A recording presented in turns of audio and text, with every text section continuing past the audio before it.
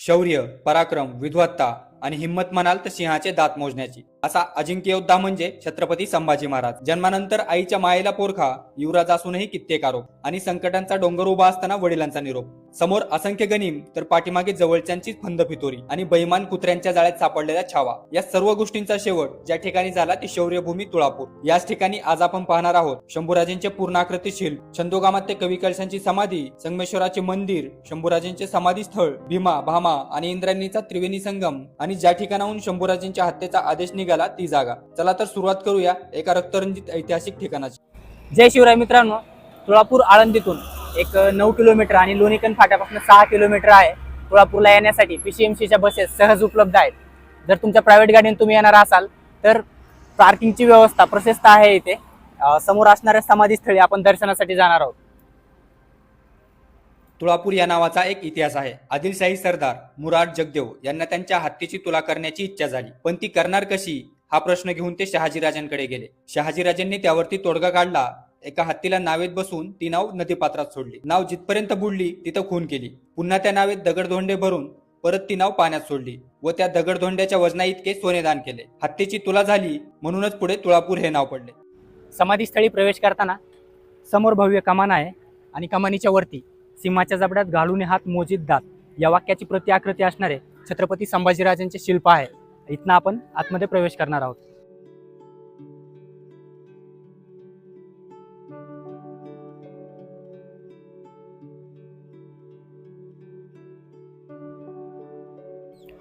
प्रवेश करून आत आल्याच्या नंतर उजव्या हाताला संभाजी महाराजांचा पूर्णाकृती पुतळा आहे. या पुतळ्याचे आपण दर्शन करणार आहोत. एका हातात तलवार, दुसऱ्या हातात म्यान, पाठीवरती ढाल आणि नजरेत अवघे विश्व जिंकण्याची तहान अशा शंभूराजेंच्या पुतळ्यासमोर आपण नतमस्तक होतो.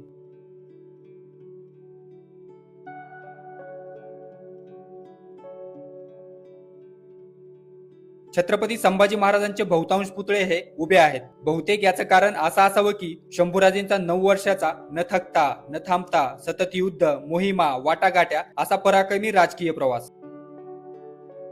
छत्रपती संभाजीराजांच्या पूर्णाकृती शिल्पाचे आपले दर्शन झालेले आहे. पुतळ्याच्या समोर असणाऱ्या संगमेश्वराच्या मंदिरामध्ये आपण दर्शनासाठी जाणार आहोत.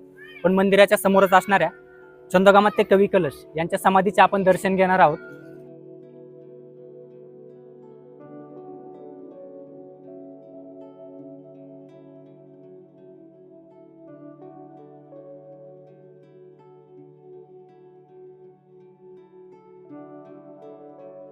कवी कलश हे मूळचे उत्तर प्रदेशातील कनौज गावचे.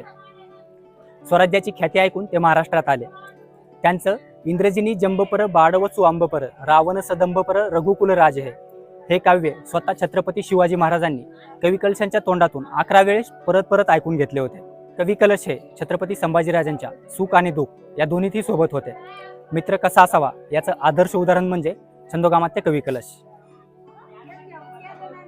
आता आपण जातोय संगमेश्वराच्या मंदिरामध्ये.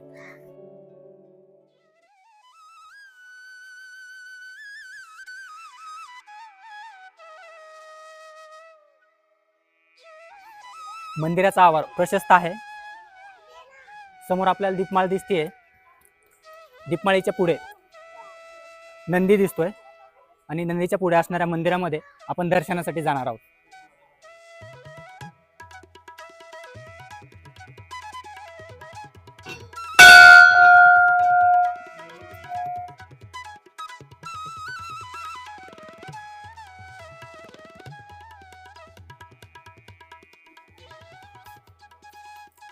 हे संगमेश्वराचं शिवलिंग आहे आणि याबद्दलची कथा अशी की प्राचीन स्वयंभू 5 महादेवाची मंदिरे असणारा हा त्रिवेणी संगम असून हे क्षेत्र काशी गाया प्रयाग या तीर्थक्षेत्राच्या बरोबरीचे ठिकाण आहे. हिंदवी स्वराज्याचे संकल्पक शहाजीराजे भोसले यांनी या मंदिराचा जीर्णोद्धार केल्याची नोंद इतिहासात आढळते. मंदिर आजही चांगल्या स्थितीत असून मंदिरात समोर प्रशस्त सभामंडप आहे.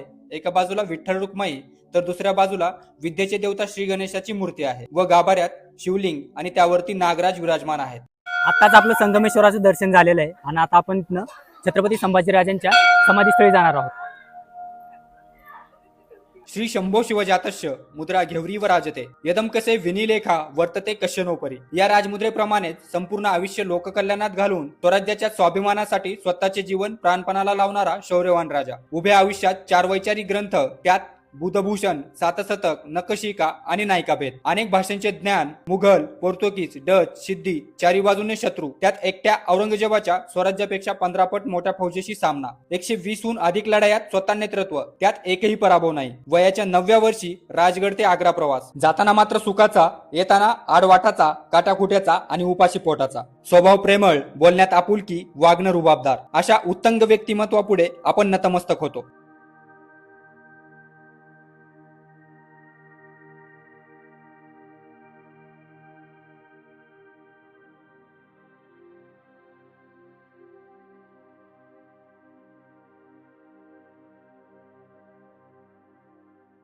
शंभूराजेंच्या दर्शनासाठी आलेल्या या ताई पाय नसताना हातात मोजे घालून हातालाच पाय बनवून शंभूराजेंचे मनभर दर्शन झाल्यानंतर त्यांच्याकडे पाहिलं की आपल्याला एक वेगळी ऊर्जा मिळाली.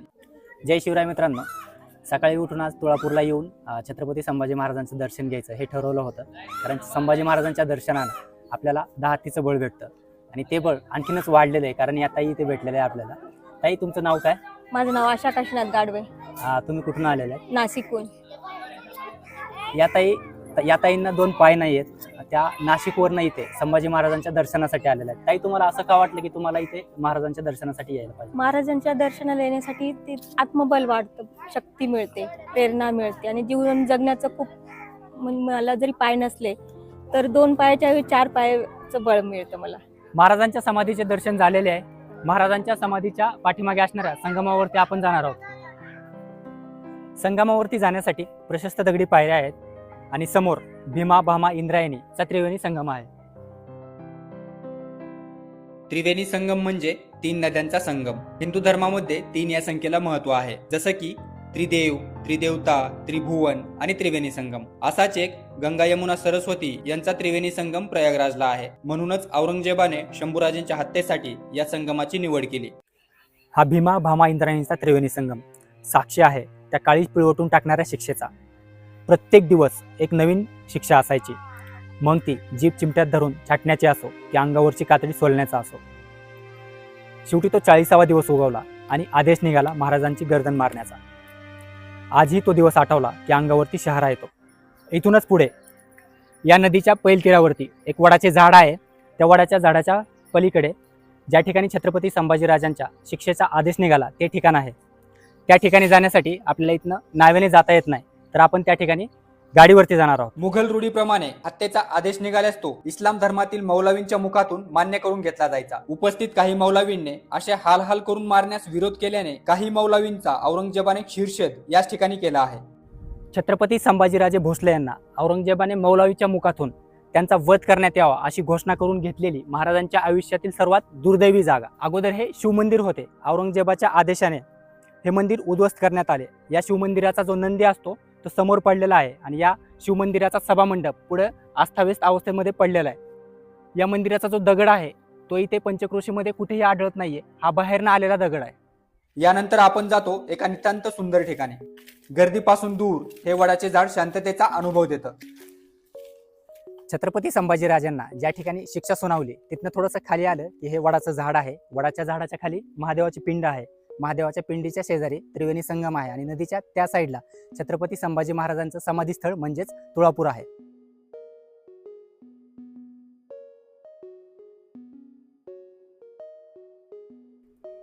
तुळापूर म्हणजे ऊर्जा स्रोतच. जर हा व्हिडिओ पाहून तुम्हाला अभिमान वाटत असेल तर कमेंटमध्ये जय शंभूराजे नक्की लिहा. आणि हो, लवकरच भेटूया एका नवीन व्हिडिओमध्ये. तोपर्यंत जय शिवराय.